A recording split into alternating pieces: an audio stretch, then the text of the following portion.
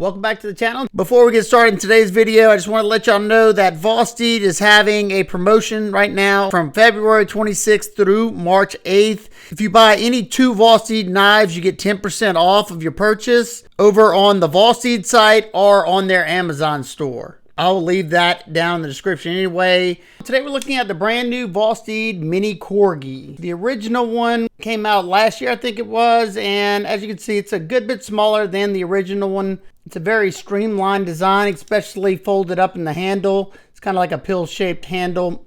This particular variation comes in at $59 with the 14C 28N steel. You can also get it with S35 VN steel. That's going to run you $89. The Mini Corgi comes in at 5.93 inches long. As you can see, it's smaller than both the Vosteed Mini Nightshade and the Chipmunk, which are also small knives. The Mini Corgi has a 2.37 inch drop point blade of, like I said, 14C 28N steel, Rockwell to 60 to 62. That's awesome.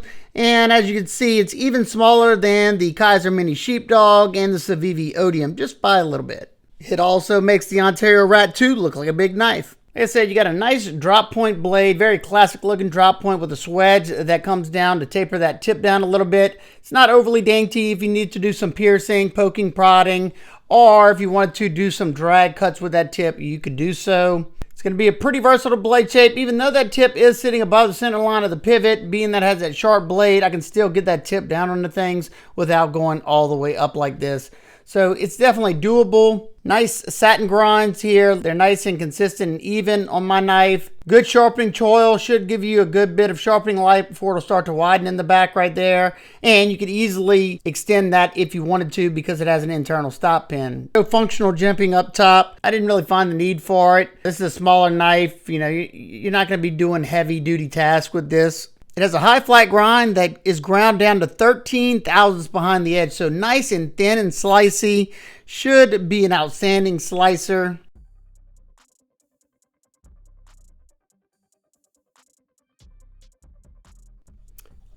Like always, this knife came screaming sharp out of box. That's one thing that Vosteed is excellent at, is giving you a nice and sharp knife. Some of my sharpest knives I've ever gotten out of box was from Vosteed.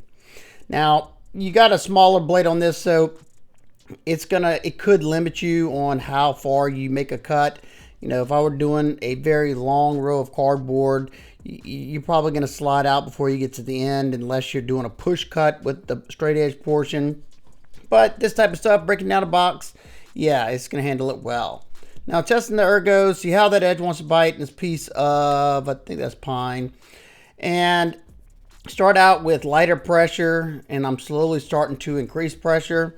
Now, the handle's nice and comfortable because there's no, you know, it's like a broomstick style handle. There's nothing crazy sticking out, you know, that would poke into my hands or anything. The pocket clip isn't really felt at all. But the more I started putting pressure in it, it did make it a little bit more difficult to hold the handle, you know, securely. It wasn't terrible or anything, but this is more of a backup blade. You could do this in a pinch, but it's not going to be my first choice. That's what I'm trying to say there. Now we move to the 1/2 inch sisal rope, and this is kind of where the smaller handle was really noticeable for me because of the way I grab a handle whenever I'm doing this type of downward force cuts. Now, the edge has a good bit of bite to it. I'm always happy to test these Vosteeds because of how good the edges are. And it's a nice thinly ground knife, so it's performing nicely. But I'm just trying to keep that handle from twisting around in my hand because usually I got my back fingers wrapped around the handle to keep it steady. Well, I'm having to kind of hold it on the side on this one. Plus, you got to make sure you're not, you know, squeezing down that button lock, even though I didn't have a problem with that at all. But when you see me put my finger up there as a pointer finger grip at any time, that means that the edge is nice and sharp because it doesn't require that much force that way unless it's dull, and if it is, it's almost impossible for me to do. But we end up getting through 71 cuts before I run out of this piece that I cut, and it could have done more. As you see, you don't have to lift it to a 90-degree, but being that it is a higher tip, you do have to come up a good bit higher. It's definitely doable. You know, is it ideal? Maybe not. You know, I'd probably end up using that belly. I was just trying to see, but it blasts through all the medium that I cut. It didn't really have any issues. The corner cardboard maybe a little, just because you got to put down a lot more force. But here, gets a 10-ounce denim. It still has a ton of bite to it. And I was definitely happy with the way this little knife performed. No doubt.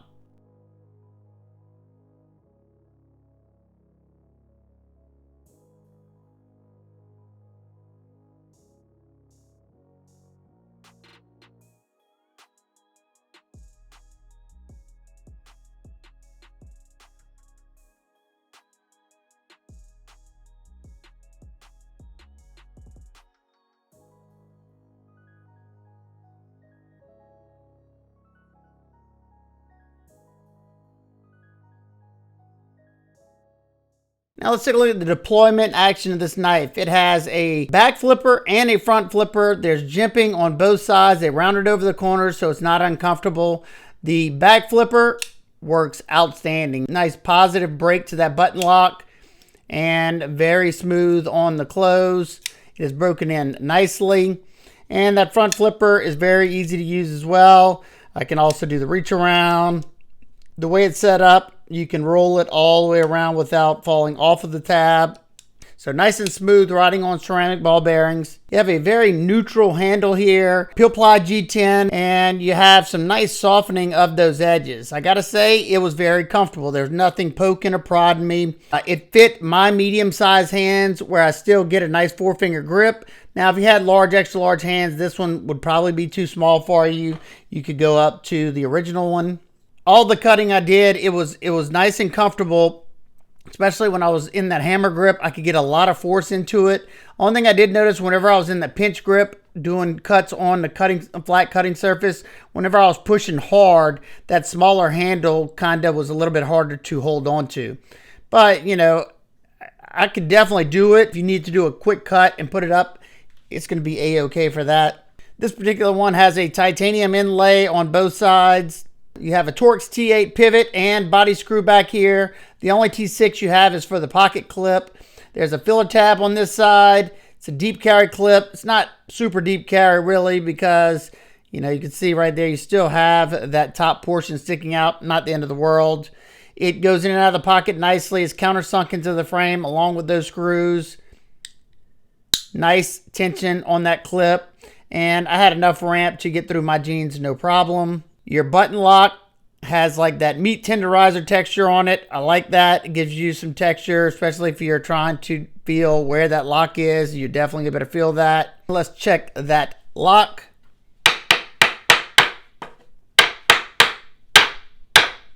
Nice and solid. That's one thing that if you're going to test the lock, I would wait till you use the knife a good bit before you test that lock to let it break in. Mine does have a little bit of stick. Not bad at all. It's gotten better.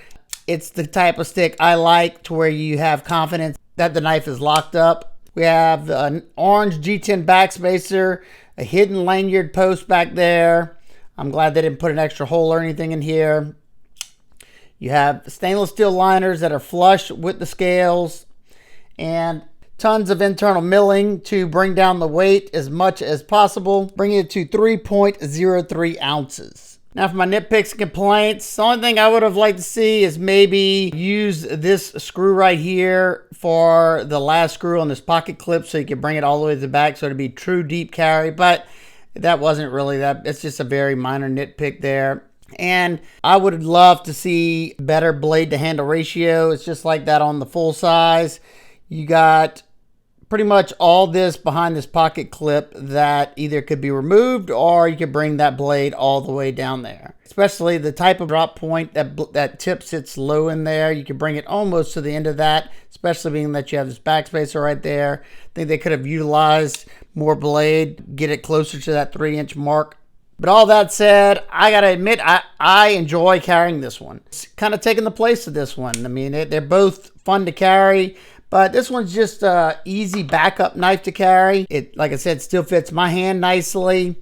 The blade's nice and slicey. I think it looks nice. It's got good action, and I think it's priced well. At $59, I think you're getting a high-quality EDC knife that performs well, has good action, and I think it looks nice, like I said. Oh, one thing, if you're planning on taking this knife apart, I talked about this, I think, during my first impressions. I have taken this knife apart, and you got to be careful because this is their Trek lock, and the button for the button lock, the spring comes all the way to the back right here, and that button's pushing here. And when you take this off, this is kind of under spring tension right here. Well, I figured I could show you all the inside of it. So this is that back plate right here, and as you can see, that spring comes all the way through the other side. And that's the the collar I was talking about. It goes through the G10 like that. It keeps that button from coming this way, from coming out.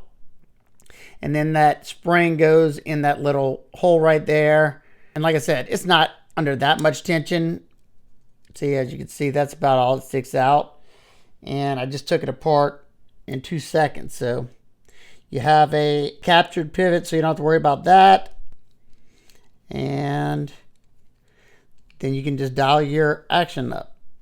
So there we go. If you have any questions, comments, concerns, please leave those down below. I hope everybody's having an absolute amazing day. I will see y'all on the next one. Peace. Whoop, whoop.